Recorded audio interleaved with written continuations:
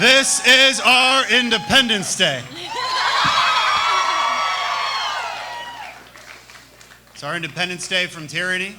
It's our Independence Day from infringement on our rights, infringement on our Second Amendment, infringement on our free speech, infringement on taking property from us in the form of taxes, infringement on our oil industry and gas industry, infringement on Texas, infringement on our rights as Americans. We're going to win tonight.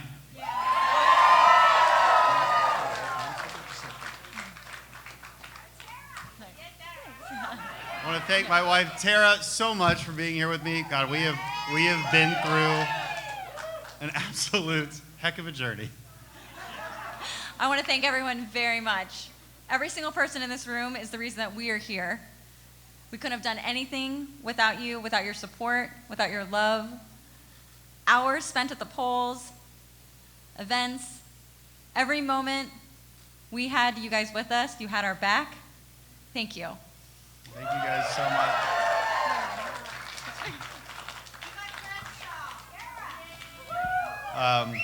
When we decided to run, well, it was a question really, right? My friend John Noonan, who's here, he's like, you should run for Congress. And I said, oh, well, how does that work? And then he's like, well, what district are you from? I said, the 2nd district. It's in the Houston area. You guys have heard of it? Yeah. And he like looks it up on his phone real quick, and he's like, well, Ted Poe announced retirement last night. This was a few years ago. And so we ran, and I went home and I asked Tara, I was like, should we run for Congress? Because it is a we, right? Should we run for Congress? And she's like, let's do it. It's that simple. So thank you to my lovely wife. Thank you to all my amazing staff, my friends, my family that are here. I can't see anything because it's like blinding light, and I'm like already kind of blind. Did you guys know that? Yeah, it's a thing. I can see some of them. No, I quite literally am. We wouldn't be here without all of you because, I mean, you're our support, right? You guys are what drive this dream. You're what light this dream on fire. Fire needs to spread. And that's what happened. We won by like 7 points 2 years ago. Did we win tonight? What was anybody get a good count of that spread? It was pretty good. It was more than 7. More than 7. Quite a bit more than 7. Final counts aren't in. But I'll tell you what, hell of a lot more Republicans voting today than Democrats. So we're looking at plus 12 probably. That's okay. That's okay. I'm pretty happy with that. This is our Independence Day. There's a reason I played that video. One, because it's really cool and really inspiring. But there's a deeper sense to it. There's a deeper sense of meaning to it, which I really love, right? There's something about saying this is our Independence Day. Every election kind of is, because there's 2 conflicting visions in America. All right, one that wants to control your life, which believes they are your moral betters, and they want to tell you how you should run your business, where your money should go, because they can spend it better than you can. So just give us a little bit more taxes. Let's just tax you as much as possible, right? They think they can destroy the Texas energy sector. They think they can open up our borders. They think they don't have to stand up to China because China rising is better. They think all these things. They think that you shouldn't defend yourself, and if you do, well, they want to tell you how. Right? They want to tell you how many bullets you should have in that magazine, what kind of gun you should use. They want to tell you every little thing about your life. There's this belief on the left that they can change human nature, that these elites can change human nature, that they just know better than you do, that self-government is a thing of the past, that the Constitution is outdated. It's this living document according to them. This belief that tradition doesn't matter, that institutions of old and wisdom doesn't matter, that knowledge is not passed down generation to generation, that you can decide right now what should be truth. And truth changes according to the left, on a whim, really. This is a problem, really. if you're talking about how to govern a country in a stable way, this is a problem, but this is their vision. This is their vision. That's what's been on the line. I have a different vision. A vision where you can self-govern, where you decide how to sell your time and labor, will you decide what to do with your time and your money.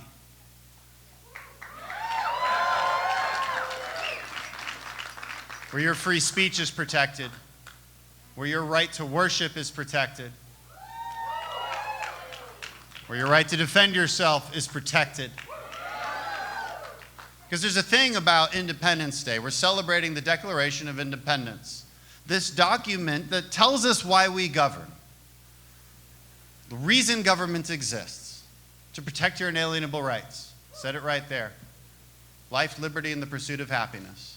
This is the sole purpose of government, right? You didn't vote today because you asked something of government.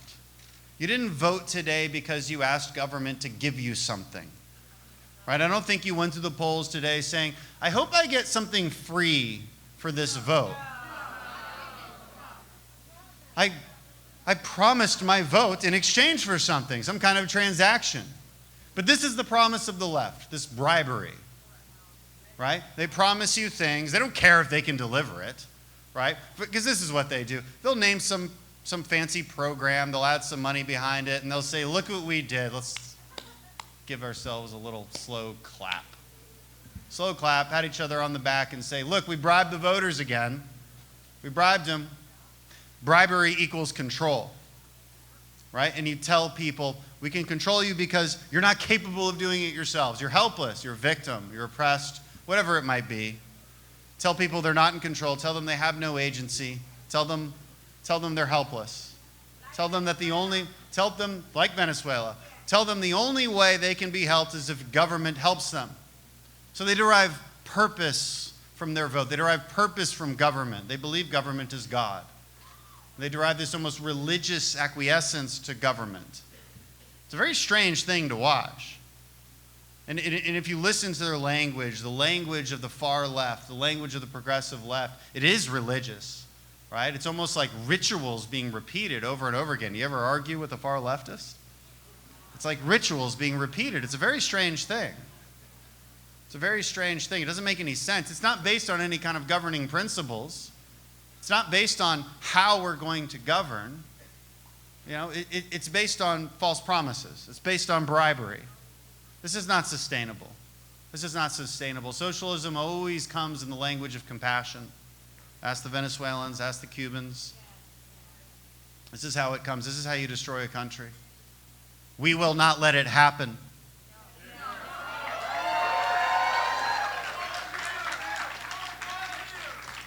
And we have a different vision where the purpose of government, according to Western Enlightenment values, according to the American founding, is to protect your inalienable rights, to provide you a structure within which to thrive, to provide you a structure within which to pursue your happiness. That's the purpose of government. That's the point of the Constitution. The Constitution tells us how to govern. It's under direct threat. The left is outwardly shows animosity towards the Constitution. They want to destroy the Electoral College, add more senators in Washington, D.C., destroy the filibuster, pack the Supreme Court. They want a world where 51% of the majority can tell the other 49% what to do. They call this unity, right? They call that democratizing America. When they say our democracy is under threat from Donald Trump, what do they really mean? They mean that they don't get to tell the rest of us what to do. That's a really problematic truth. See, when Republicans win, the worst case scenario for America is you just get to do more of what you want to do. Imagine so many people in America being mad at that proposition. They're just mad because they can't control you. The fact that representatives who represent San Francisco are just mad that they can't make us in Houston live like they do in San Francisco, this is a problematic trend. It's a very un-American trend. It's a trend towards tyranny. Because the left has never The left is not full of liberals anymore. This is a problem. Liberals are happy to differ with you. The left is not. The left is not happy until you agree with them, until you speak their language, until you recite their rituals, until you agree with them both in thought and both in speech and both in policy. This is a problem. This is tyranny. This has to stop.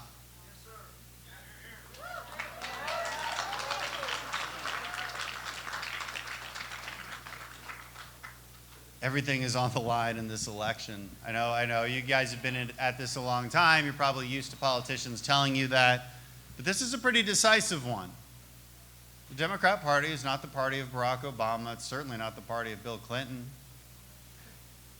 They've changed radically. I mean, geez, under Barack Obama, they were not a party of open borders. They were not a party where socialism was an accepted terminology. But now they are. Now they are. Now they outwardly want to destroy everything about Texas. Everything we hold dear, right? 250,000 jobs supported by the oil and gas sector here in Texas. Or sorry, here in Houston. That's just Houston. Millions in Texas. Proper estimates would assume that there's going to be almost 20 million jobs lost if you just ban fracking in America. Joe Biden says he's going to ban fracking, then he's not going to ban fracking, whatever. You know what they are going to do? They're going to make it impossible for us to permit. They're going to make it impossible for oil and gas to buy insurance. They're going to make it impossible for investors to invest. They're going to make sure that Russians take over the global market for gas. That's their goal, apparently, whether they know it or not. I don't know if they're ignorant or if they're anti-American. I'm not sure what the problem is. I just know it's a problem. It's a problem for our economy. And guess what, environmentalists? It's a problem for the environment.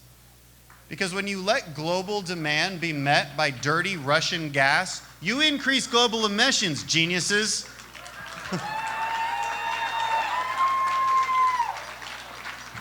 We're the ones that produce clean oil and gas. Not the Saudis, not the Iranians, not the Russians. We are. It's Texans. Yeah, because we do things right in Texas. Everything's on the line. I'm sure you guys got out. Usually I give these speeches, I'm like, get out and vote. Well, too late. Yeah, you guys got out. Who didn't vote? Yeah, you all voted. You all voted. This conflict of visions is severe, right? All of these policies, they manifest from this deep philosophical conflict of visions. It's important to understand how the left and the right think. We have two completely different dispositions. This control it all from the top elitism versus this notion that wisdom is passed down through thousands of years of good ideas. And it's America that wrote down those good ideas in our Declaration and in our Constitution, and we've been making them better, and we've been trying to live up to them for hundreds of years. And we have. And we have. And there's those who would say that this is the most evil time in America. There's those who are preparing to burn down our cities because they're mad about losing, because they believe government is God, because everything's on the line for them. They believe that. Shouldn't be that way. Our government shouldn't have that much power over you. You shouldn't feel anxious about who wins the presidential election. You shouldn't feel that way. It doesn't make sense to, because you can vote at home, or you can solve problems at your community or your family. You can donate to causes you like instead of demanding that you raise your own taxes and give it to the government so they can waste it. And by the way, like, we vote on these spending bills. Trust me, it's getting wasted. No more of that. No more of that.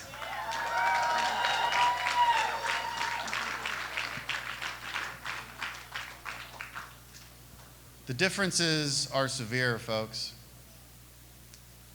I think we're doing well in Texas. John Cornyn won.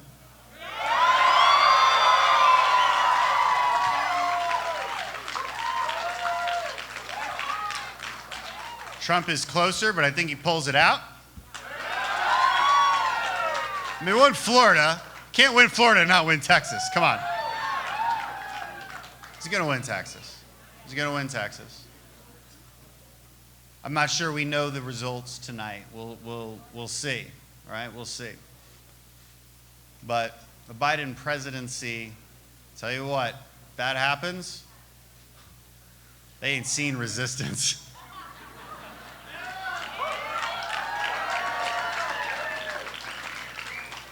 Because, I mean, it really comes down to this basic truth. Again, we win everything.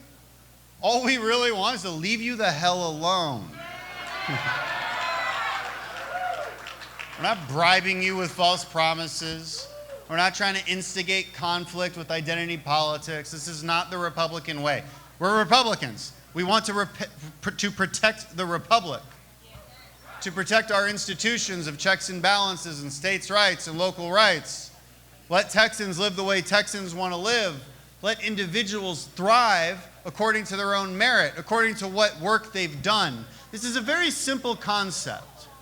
When you try to screw with this concept, when you try to do what Kamala Harris posted on Twitter, like a day ago, a couple days ago, she posted a video on Twitter arguing for communism. It says it right there at the end of that video. Only when they're in power do you get equity of outcomes. This is their vision. It's utopianism.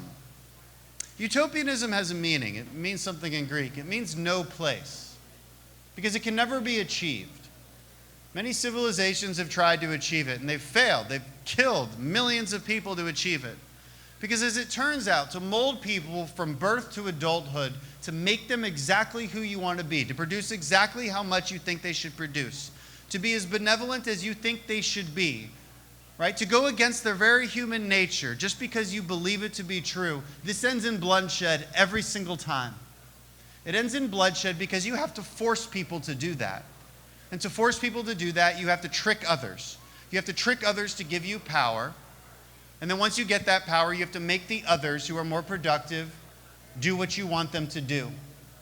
And to do that, you have to engage, at least in modern times, in identity politics.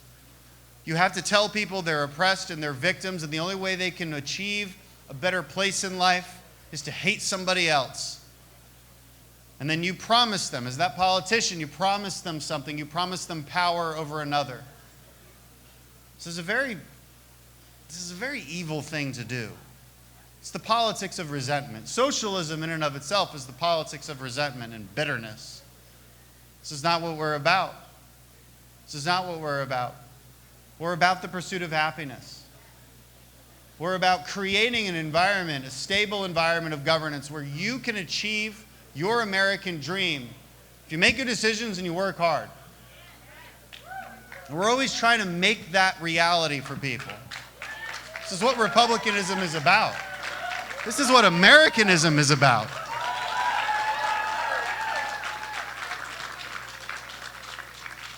You know, Americanism means something. We talk about Republicans and Democrats, but there is something, I think, to this notion of what it means to be an American. Think about this.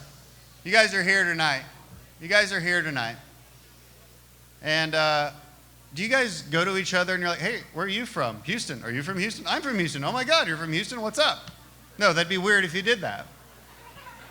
Because like you're here already.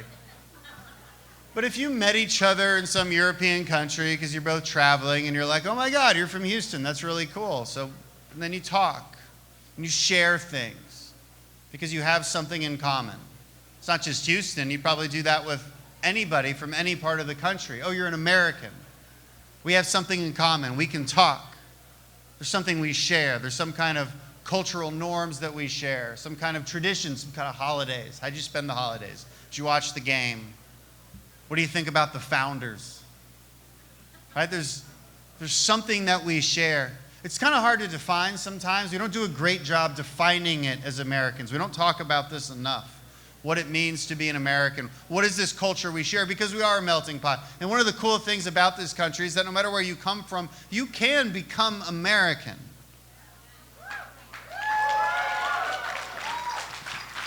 But that means something. It means you live as an American. It doesn't mean you live as somebody from some other country. You just happen to be here geographically. It means you start to learn about our history. It means you learn about the revolution, why we fought the revolution, right? Because they were infringing on our inalienable rights.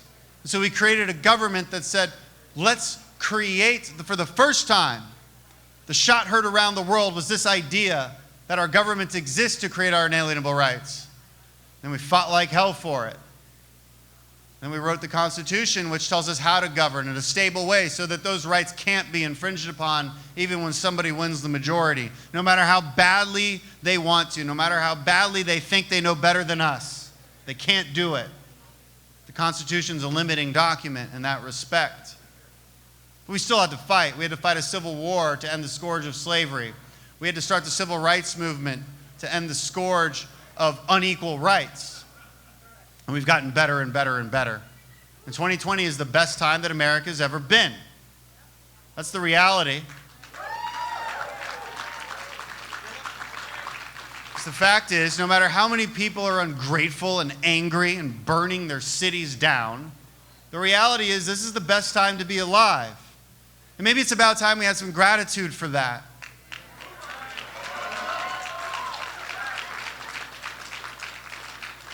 Think back to your ancestors who did not have it this good. Think back to your ancestors that on a daily basis they had to figure out how to find water. Do you have to figure out how to find water every day? No, we have plenty of water here. We also have booze. I think, right? Yeah, we're giving you guys booze. I would hope so.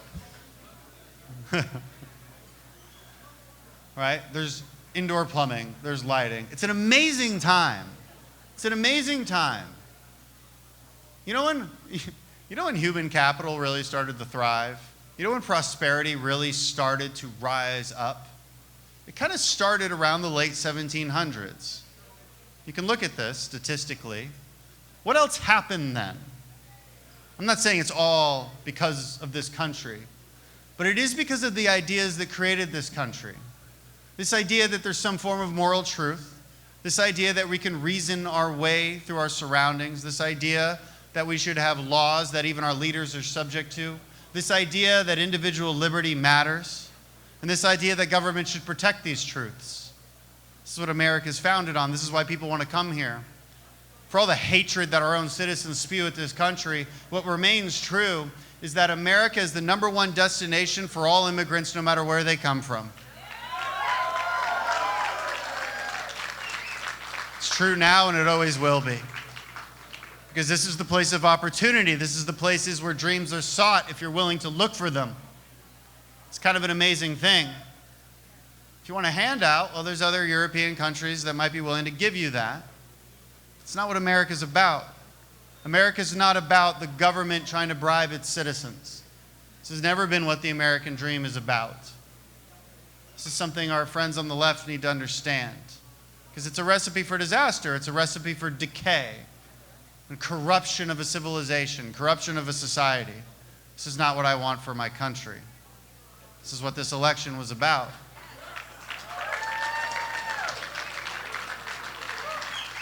So we share this common philosophy where we believe in a Bill of Rights. You have to believe it, though. You have to believe it. Right? You have to believe that free speech matters. I know it's written down in the Constitution, but you have to believe it. There's an entire political party that doesn't believe it. We saw that last week in the hearings. Right? You had Jack Dorsey up there. Jack Dorsey's got his own problems. I mean, he has a nose ring. Why does he have a nose ring? Don't have a nose ring, Jack Dorsey. Of all the things he's done that are bad, that was weird.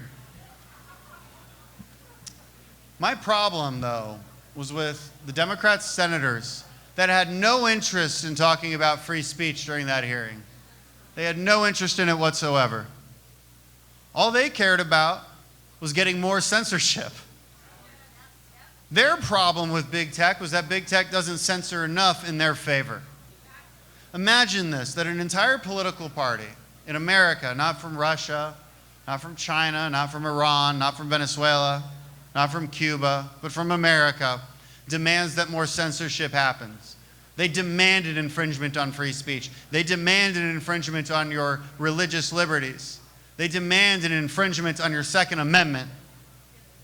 They do not respect this basic notion of rights, negative rights.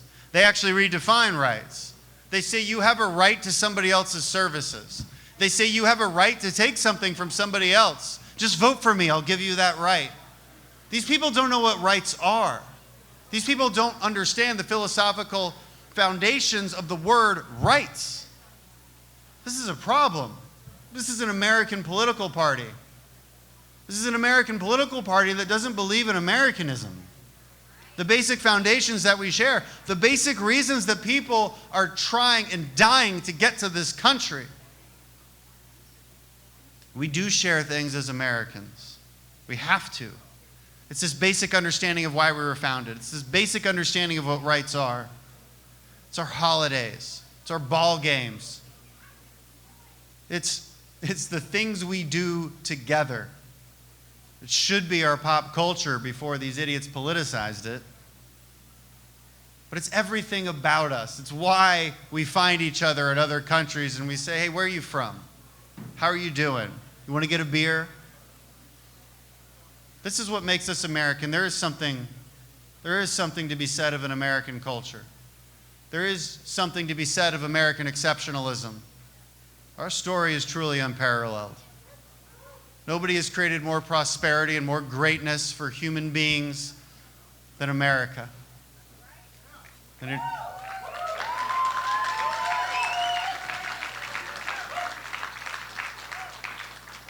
This country was founded on the greatest ideas that humankind ever had. Moral truth from Jerusalem. We gained this understanding that you can't just decide what is right. You have to have an anchor. There's a reason that in the House of Representatives it says, "In God we trust," right above where the speaker sits. And in the 23 portraits of lawgivers that line the roof of the House of Representatives, in the center is Moses. Moses received the 10 Commandments. The 10 Commandments are true. Can't argue with these things. Everything is derived from that. This is the anchor. This is the anchor from which we make law. And we have to believe, that for laws to be respected, they must be respectable. And for them to be respectable, they must be anchored in some kind of truth. This is where the church comes in. America is founded on Judeo-Christian history. There is no denying that. Thousands of years of wisdom have led to the greatest idea that humankind ever had. This is what we got from Jerusalem. These weren't all the great ideas. From Athens, we discovered reason and philosophy. This idea that we can discover our own surroundings and explore it with science. And from Rome, jurisprudence, the Republic. Right? This idea that laws matter. The rule of law matters. And from London, this idea of personal property rights, the free market. This idea from the Magna Carta that even kings are subject to that law. They don't get to do whatever they want. And we wrote all these great ideas down in Philadelphia in 1776. Our Independence Day.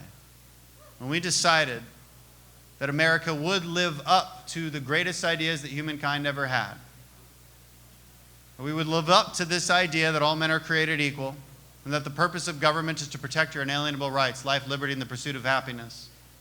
And we fought like hell for it. And then our founders took these great ideas, our philosophers, our historians, they wrote the Constitution. The Constitution. They wrote the formation of a republic. This republic with checks and balances, this idea that there can never be absolute power, that there are certain rights, and we'll define those rights, that can never be infringed upon. Wrote those ideas down. And we created this grand experiment, and then we continued fighting for it. We continue to fight for it to this day. We fought for it tonight, we won big.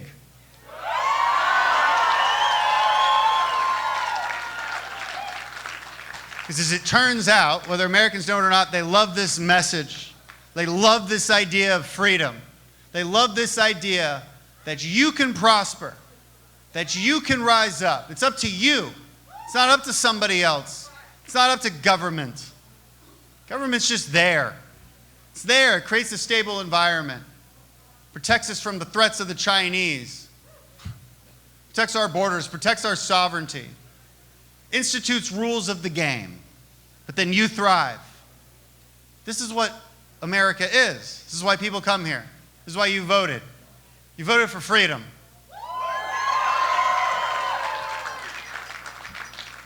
I am so proud to have shared this moment with you all. I can't tell you how thankful I am to have this amazing crowd. You guys have been with us from the beginning for years now. You've been block walking for us. You've been making phone calls for us. You've been coming to our events. And by the way, we had way more people than the Biden-Harris events, didn't we? Even at ours. You've been standing for freedom. You've been doing the hard work. I cannot thank you guys enough. We love you.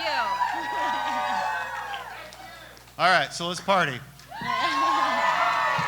Can we do a countdown? Can we do a countdown? We got a little bit of a celebration to get to. Say it with me. 10, 9, 8, 7, 6, 5, 4, 3, 2, 1. Love you all. Thank you so much. Have a great time.